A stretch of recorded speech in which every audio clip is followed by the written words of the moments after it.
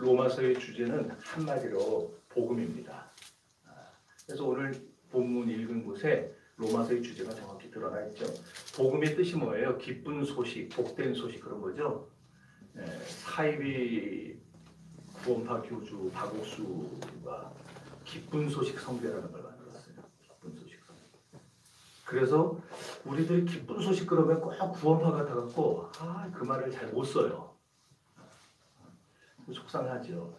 그래도 신앙생활을 제대로 하기를 원하면은 복음에 대해서 기쁜 소식이 뭔지 우리가 제대로 알아야 됩니다. 왜냐하면은 하나님이 우리에게 주신 성경 전부가 다 그게 뭐냐? 복음이에요. 다 기쁜 소식이에요. 그래서 이 복음의 내용을 우리가 계속해서 반복하고 확인하고 깨닫지를 못하면은 우리의 신앙생활은 자꾸 내가 생각하는 길로 가는 거예요. 하나님이 정해놓으신 하나님의 그 길로 가는 게 아니고. 그래서 이 복음을 바로 하는 게 무엇보다 중요합니다. 그 중에서도 복음의 꽃이 뭐냐? 복음 중에 복음의 가장 중요한 게 뭐냐면은 예수 그리스도예요. 네. 복음이 참 좋은 거지만 중요한 거지만 복음의 가장 핵심을 또 말하라는 예수입니다. 또 예수님에 대한 내용 중에서도 더 깊이 들어가면 결국 그분이 지신 십자가, 예수 그리스도가 십자가에서 내게 흘려주신 보혈, 이것이 복음 중에 복음이라고 할 수 있는 거예요. 뭐 똑같은 예는 아니겠지만 집사람이 이제 둘째를 분만하러 갔을 때 자연분만하려고 그랬어요. 근데 갑자기 애 낳는 그 아침 시간에 의사가 와서 동의서를 받자는 거예요, 저한테. 뭐가 이상해가지고 잘못돼가지고 제왕절개를 해야 된다고. 얼마나 순진합니까? 30 초반에. 그래갖고 수술 동의를 하는데 마취과 의사가 없대요 또. 그 아침이 이른 아침이라 마취과 의사가 없어. 그래서 마취과 분만실에 써서 모를 거예요. 마취과 의사가 오는 것까지 기다려야 되는데 이 사람이 또 그 전에 술을 먹어갖고 아침에 또 늦잠을 자고 있대 또. 그러니까 이 술 취한 사람이 술이 안 깨갖고 와가지고 또 마취 잘못하면 어떡하나 그런 걱정, 별 걱정 다 하면서 기도를 하고 있는 거예요. 빨리 오게 해라, 빨리 오게 해달라고. 근데 그 사람이 딱 도착했는데 술이 다 깼는지 말짱하게 들어오는 거예요. 예? 그때 제가 얼마나 기뻤는지. 그게 저한테는 기쁜 소식이죠. 근데 이런 기쁜 소식과 예수님의 복음은, 예수님의 십자가는 비교할 수 없을 정도로 귀하고 복된 내용입니다. 오늘 우리가 이제 로마서 1장을 읽었는데 마가복음 1장에 보면 이렇게 시작을 해요. 하나님의 아들 예수 그리스도 복음의 시작이라 그랬어요. 예수 그리스도 복음의 시작이라. 근데 오늘 1절에 보면은요. 뭐라 그러냐? 하나님의 복음이라 그랬어요. 여러분들이 지금 오늘 우리가 8절부터 읽으니까 또 헷갈리죠. 1절 하니까. 자, 1장 1절을 가보세요. 하나님의 복음을 위하여라고 되어 있죠. 하나님의 복음. 마가복음 1장에서는 예수 그리스도 복음이라 그랬고 여기서는 하나님의 복음이라 그랬어요. 그럼 왜 앞에서는 예수의 복음이라 그러고 뒤에서는 하나님의 복음이라고 그러냐? 예수님을 이 땅에 보내시는 계획을 누가 세우셨어요? 하나님이. 우리를 구원할 계획을 누가 세우셨어요? 하나님이. 그러니까 창세전부터 우리 모든 인류를 구원하실 계획을 하나님이 세우신 거예요. 그래서 로마서에서 바울은 이걸 하나님의 복음이라고 하는 거예요. 앞으로 여러분들이 이제 로마서를 계속해서 살펴보고 공부하다 보면은 제일 많이 나타나는 단어가 뭘까요? 하나님이에요. 복음이 아니고 하나님. 하나님이라는 단어가 153번 나옵니다. 153번. 왜 하나님을 저렇게 강조할까요? 로마서가 전체 16장이거든요. 16장에서 153번이 나오는 거예요. 그러니까 한 장마다 적어도 10번은 나온다는 얘기예요, 지금. 그렇죠?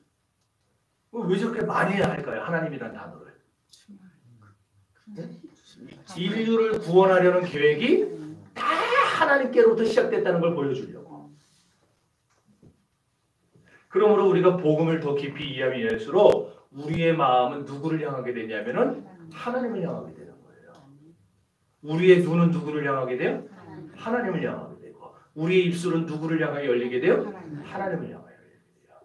그래서 우리가 이 복음을 깨닫고 은혜를 받은 사람은요 입이 열려서 하나님을 아버지라고 그러고 찬양할 수 네.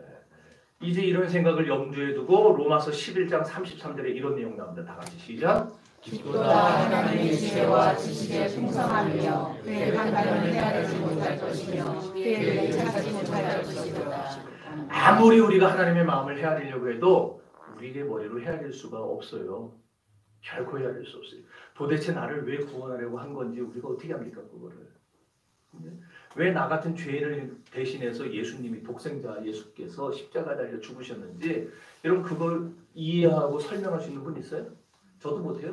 어째서 나 같은 걸 위해서 죽으셨는지 설명 못해요. 하나님의 그 깊으신 뜻은 우리의 머리로 헤아릴 수 없어요. 그래서 바울이 로마서를 끝맺으면서 이 머리 좋은 바울도 그 하나님을 헤아릴 수 없어요. 그래서 마지막 16장에 가보면 이렇게 끝냅니다. 지혜로우신 하나님께 예수 그리스도로 말미암아 영광이 세세무궁토록 그에게 있을지어다. 그러니까 바울도 결국 결론을 못 내고 하나님의 그 깊은 지혜와 지식은 내가 헤아릴 수 없다. 판단할 수 없다. 그냥 하나님 하시면 다 옳습니다. 하나님 그냥 영광 받으세요. 그걸 끝낸다는 거예요.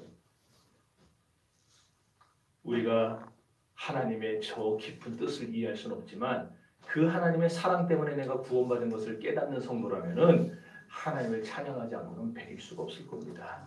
오늘 본문이 8절에서 17절까지 읽었는데 여기에 복음이라는 단어가 5번이 나오고 1절부터 치면은 7번이 나와요. 그런데 15절에 가보면은 조금 이상한 내용이 나옵니다. 15절을 봅시다. 시작. 그러므로 나는 할 수 있는 대로 로마에 있는 너희에게도 복음을 전하기를 원하노라. 여러분 혹시 여기서 뭐가 이상한지 발견하셨어요? 뭐가 이상합니까?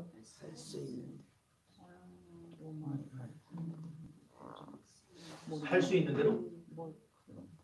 모르겠는데요. 몰라요? 없어요? 모르겠는데. 이상한 게 없어요?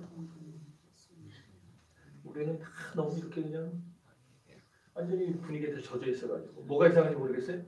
모르겠어요? 복음은 누구한테 전하는 거예요? 복음을 누구한테 전해야 돼요? 네? 안 믿는 사람한테 전하는 거죠. 복음은 믿지 않는 자에게 전하는 거예요. 그래서 그들에게 기쁜 소식이 되는 거잖아요. 자기는 그걸 모르고 지옥 가야 할 수 있었는데 자기는 그걸 모르고 지금 지옥행 특급 열차를 예약해놓고 기다리고 있는데 예수님이 널 위해 죽으셨어. 이 예수를 믿기만 하면 너는 지옥 가지 않고 천국 갈 수 있어라고 말해주는 거 얼마나 기쁜 소식이에요. 그런데 지금 누구에게 복음 전한다 그래요? 로마에 있는 너에게. 로마에 있는 너희가 누구예요? 로마에 있는 모든 사람은. 로마에 있는 모든 사람이에요? 로마서를 누구에게 썼어요? 로마 교회 교인들이에요. 지금 복음을 예수 안 믿는 사람들에게 전하는 게 복음인데 바울은 지금 이 복음을 누구에게 전하기를 원했느냐 하면은 로마 교회 신자들에게. 다시 말해서 정신교회 교인들에게 보내는 거예요. 황 선배에게, 김수모 장로님에게, 여러 권사님들에게 우리에게 주면서 너희에게 복음 전하기를 원한다 그래요. 그게 안 이상해요 그러니까? 이상하잖아요. 내가 예수 믿고 있는데 왜 나한테 복음을 전해? 바울이 로마서 15장 20절에서 이런 말을 안 했으면 되는데 이런 말을 또 했어요. 자 읽어봅시다. 시작. 또 내가 그리스도의 이름을 부르는 곳에서는 복음을 전하기를 힘썼으니 이는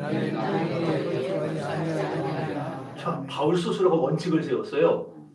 내가 예수님을 아는 곳에는 복음을 전하지 않기를 내가 힘썼다.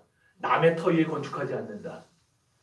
그러니까 여기 교회가 세워졌는데 내가 그 짝에 가서 그 교인들한테 예수 믿으라고 우리 교회 오라고 이런 짓 안 한다. 이게 자기 원칙을 세웠어요. 그런데 아까 읽은 1장 15절에서는 로마 교회 교인들에게 너희가 복음을 들어야 된다. 너에게 복음 전하기를 원한다. 그러니까 안 이상해 하냐고요. 이상하지. 그래도 안 이상한가 보네. 이 대답을 하기 전에 이제 먼저 로마 교인들에 대해서 왜 자기 원칙을 어기면서 복음을 로마 교인들에 전했느냐, 그걸 알기 전에 로마 교인들에 대해서 이제 살펴봐야 되는데, 자, 우리가 지난주에 살펴봤어요. 로마 교회 교인들이란 정신교회 교인들이나 또 바울이나 할 것 없이 우리는 다 똑같이 누구의 것이 되었어요? 그리스도의 것이 되었어요. 그리스도의 종으로 부르심을 받았어요. 그러니까 황 선배 목사만 종으로 부름받은 게 아니고 여러분들도 다 그리스도의 종으로 부름을 받았어요. 7절에서는 하나님의 사랑하심을 입은 성도라는 이름으로 불린다 그랬어요. 그리고 로마 교회 교인들이 얼마나 믿음이 좋았던지 8절 보면은 그들의 믿음이 온 세상에 전파됐다. 소문이 났다는 거예요. 그러니까 이 동네 주변에 정신교회 교인들은 이야 대단해 소문났다는 거예요. 로마 교회 교인들이 그랬었어요. 그러니까 엄청나지 않아요? 이렇게 믿음도 좋아요. 신앙생활도 잘해요. 사람들에게 본도 돼요. 모범이 돼요. 뭐 하나 빠지는 게 없는데 왜 이런 교인들한테 복음을 전하려고 했냐고요. 안 믿는 사람한테 안 전하고. 심지어 10절에서는 이렇게 말을 합니다. 시작. 어떻게 하든지 이제 하나님의 뜻 안에서 너희에게로 나아갈 좋은 길을 얻기를 원하노라. 11절에 가면 너희 보기를 심히 원한다 그랬고 13절에서는 내가 여러분 너희에게 가고자 했다 그랬고요. 15절에서는 할 수 있는 대로 복음 전하기를 원한다. 그러니까 바울은 로마 교회에 한번 가보려고 하다가 상황이 안 돼서 포기한 게 아니고 기회가 생길 때마다 수시로 무슨 수를 써서라도 로마 교회에 가기를 원했어요. 가서 뭐 하고 싶었어요? 복음을 전하고 싶었어요. 로마 교회에. 예수 다 믿고 있는데. 그래서 학자들은요. 바울이 로마 교회에 왜 가고 싶어 했느냐? 그 이유를 12가지를 만들어놨는데 그걸 다 볼 수는 없고 3가지만 소개를 하면 이런 거예요. 로마 교회에 가려고 했던 첫 번째 이유는 예방적인 의도였대요. 그러니까 처음에 예루살렘 오순절날 로마에 있던 사람들이 예루살렘에 와서 성령 체험을 했어요. 오순절 성령 체험을 하고 이들이 돌아가서 자기들이 교회를 세운 거예요. 누가 사도들이 세운 게 아니에요. 로마 교회는 특이하게. 고린도 교회, 에베소 교회, 갈라디아 교회, 무슨 교회 다 사도들이 세웠는데 그런데 로마 교회만은 사도들이 세우질 않고 이 오순절날 예루살렘에 왔던 사람들이 자기들끼리 돌아가서 자기들끼리 예배를 만든 거예요. 그리고 교회를 세운 거예요. 특이한 케이스죠. 자, 이렇게 세워졌을 때만 해도 로마 교회 교인들은 복음의 진리 위에 딱 서 있었다는 거예요. 그런데 언제부턴가 다른 교회들, 초대교회 교회들에 뭐가 들어오기 시작합니까? 이단들이 들어오죠. 그럼 로마 교회라고 안 들어갔겠어요? 들어갔겠죠. 그러니까 로마 교회들이 이단이 들어가서 탈선할 위기를 맞았다는 거예요. 그래서 그 탈선할 위기를, 이 탈선을 예방할 목적으로 바울이 그들에게 가서 복음을 전하려고 했다. 이렇게 설명을 하는 거예요. 두 번째는 유언적인 의도였다. 유언이 뭐예요? 사람이 죽어가면서 하는 마지막 말이죠. 바울은 로마서를 기록한 다음에 어디를 가려고 지금 작정했냐면은 예루살렘을 가려고 합니다. 자, 이 내용은 사도행전에 기록되어 있어요. 사도행전을 쭉 보다 보면은 당시에 바울이 예루살렘에 가려고 할 때에 예루살렘에 간다는 건 곧 어떤 의미였냐면은 죽으러 간다는 얘기예요. 죽으러 간다. 왜?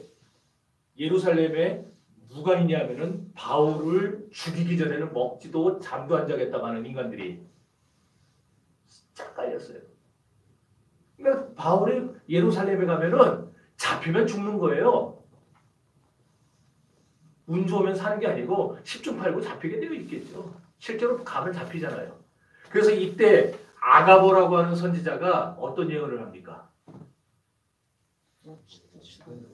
자기의 몸을 막 묶어갖고 너 가면은 이렇게 결박당해서 너 죽는다. 가지 마라. 아가보가 자기가 그렇게 예언한 거예요. 성령이 그에게 말씀하게 하심을 따라서 예언을 했어요. 그러니까 가르쳐 주신 거예요. 너 예루살렘 가면은 이렇게 된다. 가르쳐 주세요. 자, 그러니까 바울도 그럼에도 불구하고 내가 예루살렘에 가야 되겠다. 마음을 먹고 가는데 자기가 가면 붙잡힐 거고 붙잡히면 분명히 죽임을 당할 수도 있을 거고 하니까 이게 내 마지막 남은 시간이구나. 그러니 로마 교회는 내가 앞으로 갈 기회가 없을지도 모르겠구나. 그래서 바울이 로마서를 통해서 그들에게 자기가 정말 하고 싶었던 그 복음을 써서 보냈다. 그렇게 가기를 원했다. 이런 내용이에요. 자, 세 번째 이유는 전략적인 의도였답니다. 전략적인 의도. 왜냐하면 당시에 로마는요 세계 최고의 도시였어요. 모든 길은 로마로 통한다는 말이 있을 정도입니다.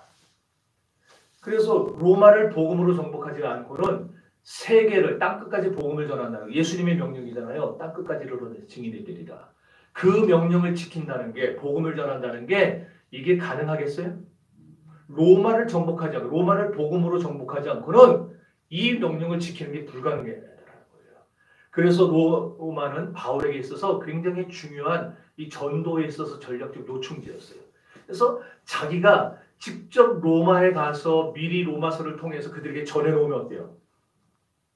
그들에게 로마서를 딱 전해놨어요. 그럼 그들이 로마서를 통해서 다 바울의 얘기를 읽고 듣고 그걸 이렇게 익혀놓으면은 나중에 바울이 직접 로마에 갔을 때 조금 수월하지 않겠어요? 복음 전하기가. 그래서 이런 전략적인 판단을 해서 로마 교회에 복음서를 쓴 거다. 로마서를 쓴 거다. 이렇게 말을 하는 거예요. 자, 다 타당성이 있어요. 세 가지 얘기가. 다 그럴듯해요. 근데 저는 조금 다르게 보는 게 이런 식이에요. 제가 목사 안수를 받은 지가 벌써 20년이 넘었어요. 신대원 졸업한 지는 23년이 됐어요. 자, 학교 다닐 때는 제가 머리가 되게 샤프했습니다. 잘 돌아갔어요. 그리고 당시에는 막 그냥 교수님들 통해서 제가 애쓰지 않아도 해외에 있는 논문들 다 그분들이 공부해가지고 가르쳐주고 하니까 저는 그것들을 다 습득할 수 있었어요. 그 시간 동안에. 그런데 졸업하고 나서 누가 저한테 그런 거 가르쳐주나요? 안 가르쳐주죠. 계속 저는 신대원 다니면서 배웠던 거를 다 끄집어내서 쓰고 있는 건데 이거 양이 얼마나 되겠어요? 이 양이. 이거 다 끄집어내면 어떻게 돼요? 더 이상 전할 게 없잖아요. 고갈되는 거 아니에요. 그래서 저도 꾸준하게 책을 읽고 꾸준하게 공부하고 꾸준하게 논문을 찾아보고 하는데 그럼에도 불구하고 내 실력이 딸리겠죠. 그럴 수밖에 없을 거 아니에요. 네. 그래서 제가 무슨 생각을 했냐면은 친구들하고 만나서 그런 얘기를 했어요. 우리 총신에서도 목사 안수 받은 지 좀 오래된 사람들을 위해서 세상의 대학들 보면 박사 후 포스트닥터라는 게 있어요. 포닥이라고. 박사 학위를 받았는데 박사 학위 받은 사람들도 시간이 지나면서 새로운 것들을 익히지를 못하니까 포스트닥터라 그래서 박사 후과정을 해요. 또 그것처럼 우리 총신에서도 목사 후과정을 좀 만들어줬으면 좋겠다. 그래서 목사 안수 받은 지 오래된 사람들이 다시 학교에 가서 새롭게 우리가 열정을 불태워가면서 공부를 좀 하면 좋겠다. 이런 얘기를 했는데 한 2년인가 3년 전에 만들어졌어요. 만들어졌는데 돈을 얼마나 세게 받는 600만 원을 받아요. 그래서 못 하겠어요. 좀 저렴하게 해줘야 같이. 한 학기 600만 원, 1년이면 1200만 원이에요. 그러니까 제가 그런 생각을 하는 것처럼 제가 그런 생각을 왜 할까요? 우리 교인들에게 계속해서 끊임없이 이 샘물에서 퍼다가 주고 싶은데 내가 가진 샘물은 한정되어 있고 이걸 자꾸 퍼주면은 고갈되고 채우지 않으면은 더 이상 나눠줄 수 없을 때가 오니까. 그죠? 그러니까 제가 그런 과정이 있으면 좋겠다 생각한 것 같이 바울도 그런 거예요. 로마에 복음을 전하고자 했던 이유가 저와 같은 목회적으로 예를 들어서 아까 얘기했듯이 로마 교회는 사도들이 세운 교회가 아니고 아주 특이하게 로마 사람들이 예루살렘에 왔다가 자기들이 은혜받고 자기들이 돌아가서 세운 교회라 그랬어요. 자발적으로. 그런데 당시에 로마 교회가 세워진 지 몇 년 정도 지났냐면은 저하고 비슷해요. 20년 정도 지났어요. 20년 지나면은요 교회가 어떻게 될까요? 세워진 지 20년이 지나면 로마 교회가 어떻게 됐는지를 여기서 보여줍니다. 시작. 낮에와 같이 감정이 행하고 방탕하거나 술취하지 말며 음란하거나 어색하지 말며 다투거나 시기하지 말고 오직 주 예수 그리스도를 믿고 정령을 위하여 신에게 통과하지 말라. 여기 지금 노란색으로 표시를 해놨는데 로마 교회의 상황이에요. 20년이 흐르면서 저런 일들이 일어나기 시작했어요. 그러니까 처음에 순수함을 잃어버렸겠죠. 처음에 열정을 잃어버렸겠죠. 저도 총신 다닐 때는요. 우리 제 동기 목사님 나중에 혹시 만날 일 있으면 물어보세요. 저더러 불이라 그랬어요. 불이라고. 팔팔 끓는다고. 근데 지금은 제가 봐도 한 소방수가 돼 있는 것 같아요.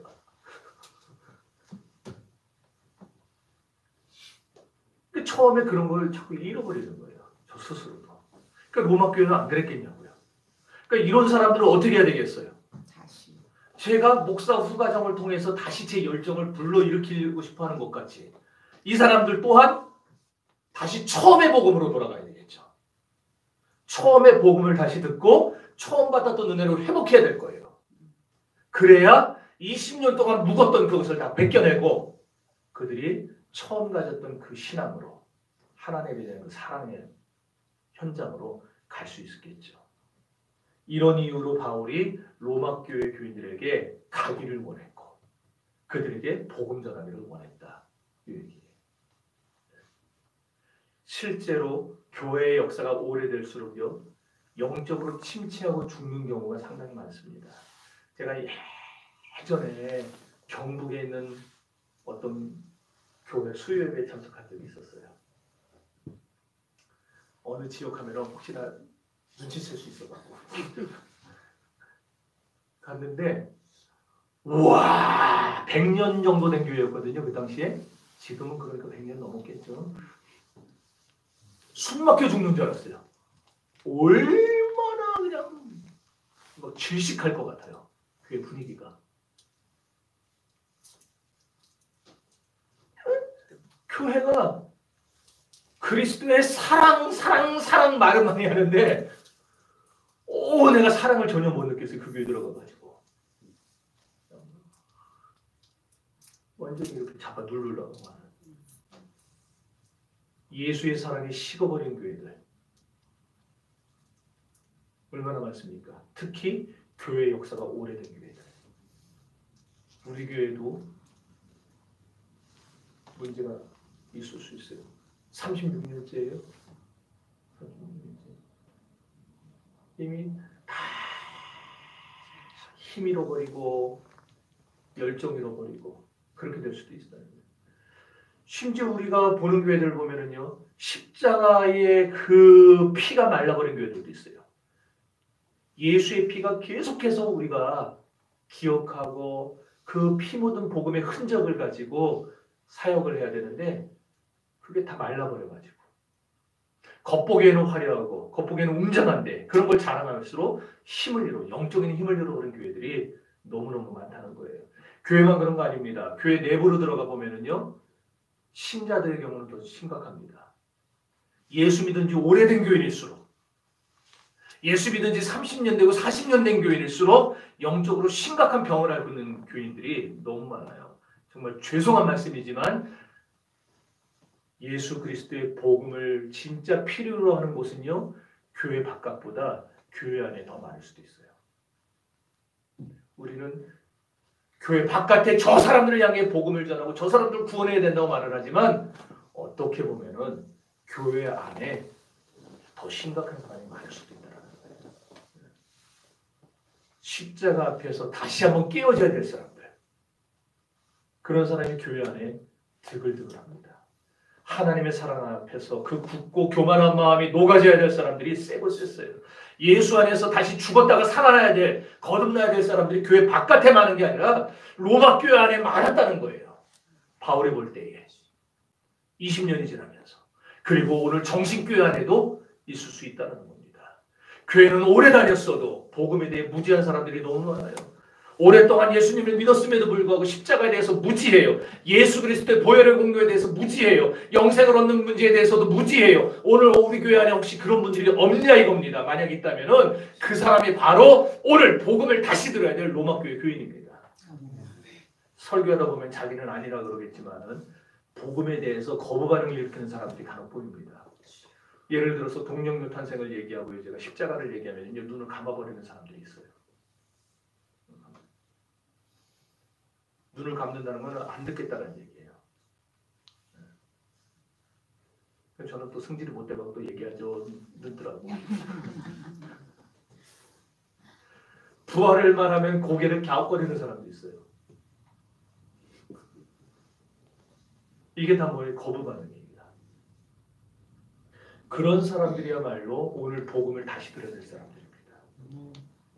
또 이런 사람들에서 복음을 전하면 다 안 돼요. 다 안 돼요. 그리고는 그때부터 딴 생각에 빠져요. 목사가 여기서 강대상에서 선포하고 복음을 얘기하면은 다 안다는 거예요. 다 하는 얘기 또 한다고. 아이고 또 저 얘기네. 또 저 얘기네.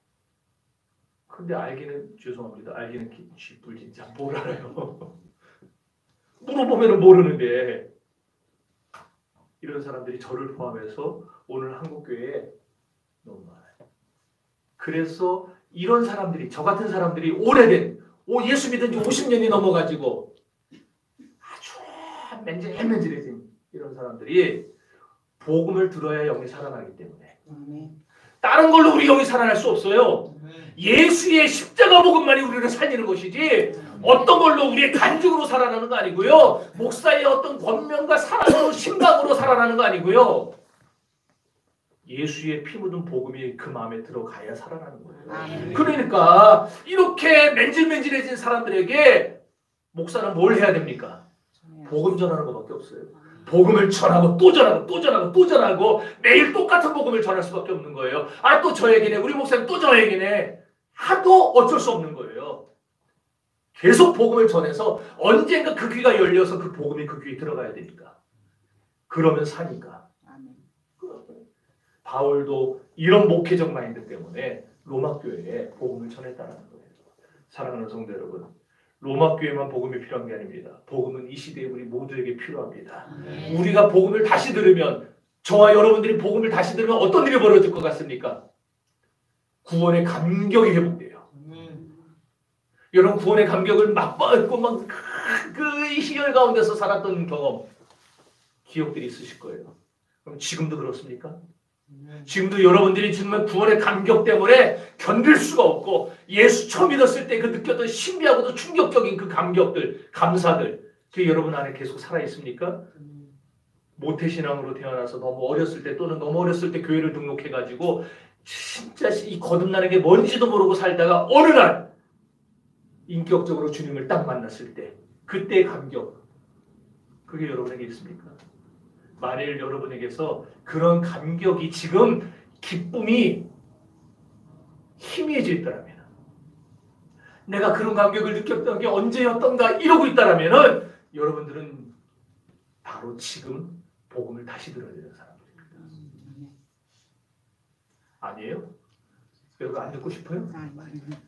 아니, 날마다 복음을 들어야 되는 로마 교회들이에요. 제 서재에 가면은요, 청교도들의 책이 꽤 많아요. 청교도들의 책은요, 특징이 두꺼워요. 그리고 글씨가 그렇게 작아요. 어마어마하고 우리 아마 청교도 제가 작년에 공부시켰던 거 그거보다 더 작아요. 얼마나 이건 눈이 아파요. 눈이 빠질 것 같아요.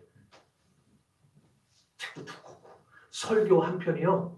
거기 이제 청교도도 설교집인데 시간으로 이렇게 쭉 해서 따지면은요 한 2시간 분량이에요 설교가. 와, 그 책이 한 80권 정도 있어요. 청교도 책이. 근데 저는 그 청교도들 책을 읽으면은요 제 스스로에 대해서 굉장히 부끄러워집니다. 너 목사 아니냐? 그런 생각이 들어요. 야, 이분들은 정말 그 시대에 자기 목숨 걸어가면서 복음 전하기 위해서 자기들의 피를 다 쏟고 모든 걸 다 쏟아가면서 뭘 느꼈냐면 죄의 무게, 죄의 심각성. 그 사람들은 그거 갖고 고민을 했어요. 내가 볼 때는 저보다 훨씬 훌륭하신 분들인데도 그분들은 자기가 느끼는 그 작은 죄의 무게에도 괴로워하면서 하나님 앞에 날마다 울부짖고 내 영혼을 불쌍히 여겨달라고. 그 감격 속에서 살아가는 내용들이 그 책에 절절히 나오는 걸 보면서 나는 내 스스로가 너무 부끄러운 거예요.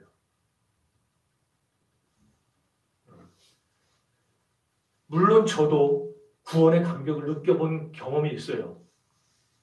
체험이 분명히 있어요. 확실해요. 그럼에도 불구하고 그분들 앞에서 자꾸 작아지는 이유는 그분들은 그 감정을 매일 확인했다는 거예요. 책을 보니까. 매일 그들은 주님 앞에서 자기들의 모습을 발견하고 그분 앞에서 자기들이 거듭났다는 그 감격 속에서 얼마나 기뻐했는데 저는 아주 어쩌다가 한 번씩 그래서 부끄러운 거예요. 여러분들 중에도 구원의 감격을 맛본 사람이 분명히 있을 겁니다. 어떤 분들은 그런 경험도 있을 거예요. 막 너무 뜨거워가지고 성령을 받았는데 너무 뜨거워가지고 막 그냥 풀밭에서 기도하다가 막 대굴대굴 굴렀는데 주변 풀이 그냥 다 새까맣게 타버린 기도하고 일어났더니 근데 아닌 것 같아요? 진짜 있어요 그런 일. 예. 풀밭이 새까맣게 타버려요.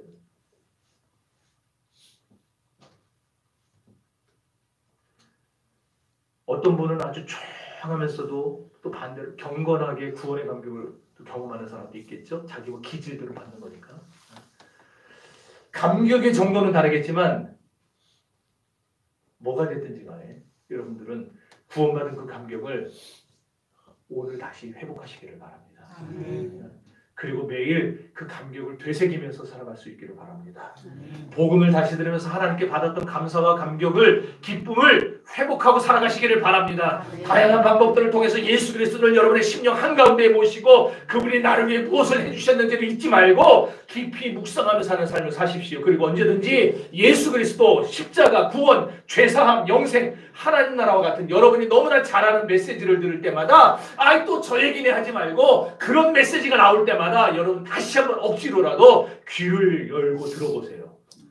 눈을 감고 싶으면은 막 여러분 허벅지를 꼬집어 가면서 눈을 떠보시고 고개를 갸웃거리고 싶으면은 목에 이렇게 목 보호대를 해놓고 고개가 안 돌아가도록 그러고 복음을 다시 한번 들어보세요.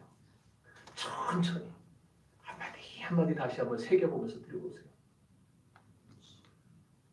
복음이 여러분의 안에 들어가서 여러분 마음과 부딪히는 그날 우리 앞에는 새로운 세계가 열릴 것입니다. 여러분은 지금 어떤 상황에 놓여 있습니까? 복음을 듣고 있습니까? 아니면 다 아는 내용이라고 또 똑같은 말 한다고 귀를 닫고 있습니까? 오늘 바울이 1장 11절에서 이런 말합니다. 시작. 내가 너희 보기를 간절히 원하는 것은 어떤 신령한 은사를 너희에게 나누어 주어 너희를 견고하게 하려 함이니. 여기 신령한 은사를 나눠준다고 그랬는데 이 신령한 은사가 뭐냐면 뭐 우리가 생각하는 어떤 뭐 영분별 뭐 방어 통역 이런 게 아니고요. 이 신령한 은사를 지금 원문에 뭐라고 표현했냐면은 이게 복음이에요 지금. 그러니까 복음을 바울은 로마 교인들에게 나눠주고 싶어했다. 복음을 들려줌으로써 다시 한번 그들을 어떻게 하고 싶었어요? 견고하게 세워주고 싶었다는 거예요. 그렇습니다. 복음을 다시 들으면은요, 우리 안에 구원의 감격이 일어나고요. 두 번째는 우리의 믿음이 강하게 세워집니다. 12절에 너희와 나의 믿음으로 말미암아 피차 아니함을 받으려 함이라. 그리고 이렇게 믿음이 든든해지면은요, 그 다음에 구원의 감격이에요. 의심하던 사람이 믿음이 확고히 서면 구원받은 기쁨이 찾아오고 진리를 깨닫지 못하는 자가 이 진리를 깨닫고 믿음이 강해지면 기쁨이 찾아오고 그래서 그 다음부터는 형제자매를 보면은요 미워 죽겠던 사람들이 아니고 그냥 그 형제자매가 너무 귀한 거예요. 서로가 은혜 가운데서 감격하는 모습을 보면서 그게 또 위로가 되는 거예요. 목사는 보면서 교인들이 서로 사랑하고 믿음 안에서 든든히 세워지는 걸 보면 목사는 그걸로 만족을 삼는 겁니다. 그런 교회. 바울은 사실 로마 교회만 이렇게 한 게 아니라 에베소 교회도 보면은 이런 위안을 주고 싶어 했어요. 에베소 1장 17절 보면은 이런 말이 나옵니다. 읽어봅시다. 시작. 우리 주 예수 그리스도의 하나님 영광의 아버지께서 지혜와 계시의 영을 너희에게 주사 하나님을 알게 하시고. 아멘. 에베소 교회도 이미 하나님을 알고 있는 교회들이에요. 그런데 그들에게 하나님을 알게 하려고 했다는 거예요. 새삼스럽게 에베소 교인들도 하나님을 알았으면 좋겠다는 이유가 뭐예요? 계속해서 읽어봅시다. 시작. 너희 마음에 늘 밝히사 그의 부르심을 소망이 무엇이며 성도 안에서 그의 기업의 영광의 풍성함이 무엇이며 그의 능력으로 역사하시기 따라 믿는 자들에게 베푸신 능력의 지키시기 어떠한 것을 너희가 알게 하시길 구한다. 에베소 교인들이 바울을 통해서 예수 믿은 지 3년이 됐어요. 그런데 바울은 그들이 계속해서 구원의 감격 속에 거하는 자들이 되고 복음을 매일 새롭게 듣기를 원했다는 거예요. 그래서 그들에게 끊임없이 복음을 묵상하라고 듣고 묵상하라고 복음 속에 잠겨서 그리스도를 마음에 모시고 살으라고 하나님이 너희를 얼마나 사랑하는지를 잊지 말라고 그걸 계속해서 강조했어요. 그리고 고린도 교회도 똑같았습니다. 에베소 교회 3년 목회했고 고린도 교회 1년 반을 목회했는데 고린도 교회도 똑같은 말을 해요. 자 시작. 내가 너희 아무것도 알지 않고 바울은요 고린도 교회나 에베소 교회나 로마 교회나 할 것 없이 항상 바울은 뭐만 얘기했냐면은 예수만만 얘기했고요. 예수의 십자가만 얘기했다는 거예요. 3년 동안 여러분 십자가 설교만 들어보세요. 예수 설교만 들어보세요. 그럼 아마 그런 사람들, 우리 목사님은 실력이 없나 봐. 맨날 저 얘기만 하고. 근데 바울이 생각할 때는 이게 복음인데 이거 말고는 우리를 구원할 수 있는 말씀이 없는데 다른 걸 전할 수가 없는 거예요. 그래서 어느 교회를 목회하든지 바울은 자기가 가서 세우는 모든 교회들, 골로새 교회, 갈라디아 교회, 모든 교회에 가서 목회할 때 항상 바울은요 저 얘기만 했어요. 예수 그리스도 얘기, 십자가 얘기. 갈라디아서 6장 14절에서 나오죠. 내가 그리스도의 십자가 외에 자랑할 것이 없다. 왜 그럼 저 얘기만 했느냐?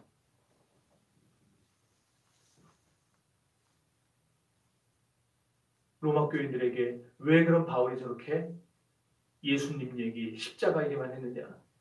이미 다 믿는 사람들에게, 에베소 교인들 다 믿는 사람들, 고린도 교회 사람들 다 믿는 사람들, 왜 믿는 사람들에게 저 얘기를 계속하느냐? 믿는 자들이 계속해서 복음을 들어야 되기 때문에. 여러분 복음 한번 들었다고 끝내지 마세요. 한번 들은 걸로 끝나지 않습니다. 우리 천국 갈 때까지 복음 얘기 들어야 됩니다. 아멘. 죄송합니다. 제가 우리 교인들을 무시해서가 아니고요.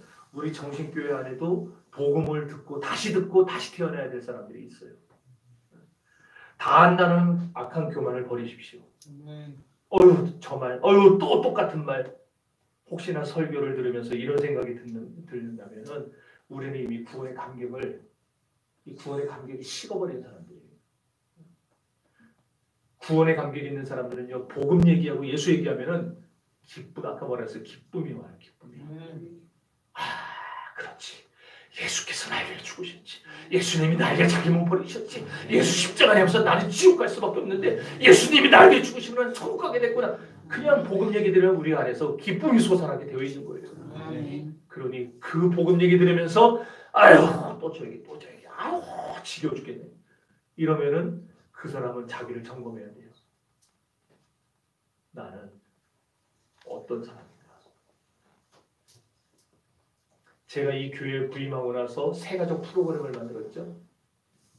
뭐 그 전에도 했는지 어땠는지 했겠지. 안 했을 리가 있나요? 교회들 다 새가족 프로그램이 있겠지. 근데 이제 해서 지금 딱 해놨어요. 6주 프로그램.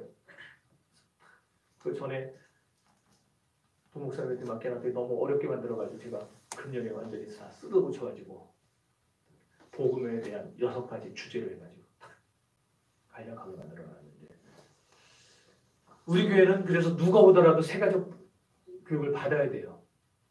네. 여기 계신 분들도 와가지고 처음에 받았어요. 근데 그 전에도 가르치면은요 그런 분이 있어요.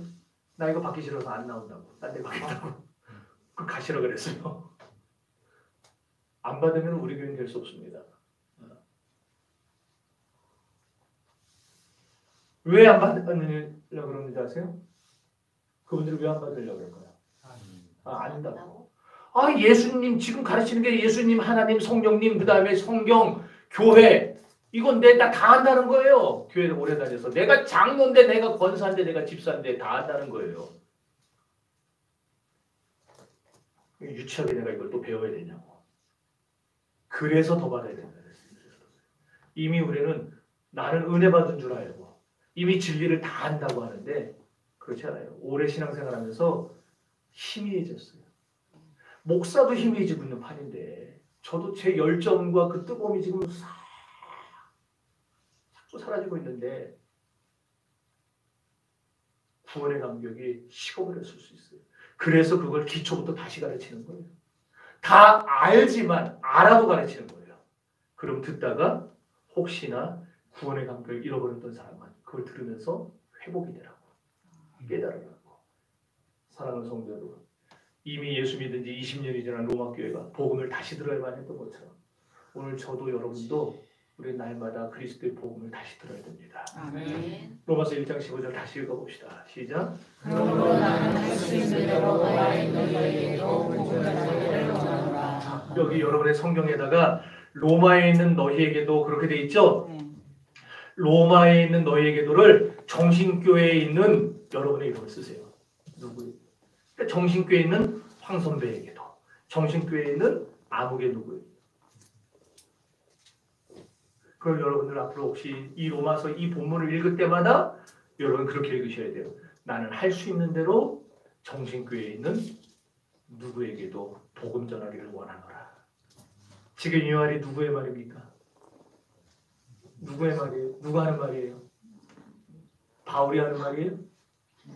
네, 하나님이 하시는 말씀이에요. 그러니까 하나님이 저에게 그리고 여러분에게 간곡한 사랑의 메시지를 좀 보내고 있는 거예요. 하나님이 우리에게 저에게 가장 하고 싶은 말이 뭐라는 거예요? 박 목사야, 나는 할 수 있는 대로 너에게 복음을 다시 전하고 싶어. 너에게 복음을 다시 가르쳐주고 싶어. 너의 마음속에 있는 그 열정이 식어버렸는데 너의 열정을 다시 되살려주고 싶어. 나는 네가 목사라고 목 뻣뻣이하고 거들먹거리고 다니는 게 아니라 정말 나의 복음 앞에서, 피부도 복음 앞에서 꼬꾸라지고 날마다 그 감격 앞에 눈물을 흘리는 걸 보고 싶어. 하나님이 그 소리를 지금 저에게 하고 있는 거예요. 그래서 제 성경에 그렇게 써놨어요. 아무개 장로야, 아무개 권사야, 아무개 집사야, 너 예수 믿는다는 이름은 갖고 있는데 구원의 기쁨은 어디 갔냐? 너 구원받은 감격 어디다 다 쏟았냐? 이제 복음을 다시 들어봐야 되지 않겠냐? 그러므로 오늘 사랑하는 성도 여러분, 우리 항상 예수님을 생각하십시오.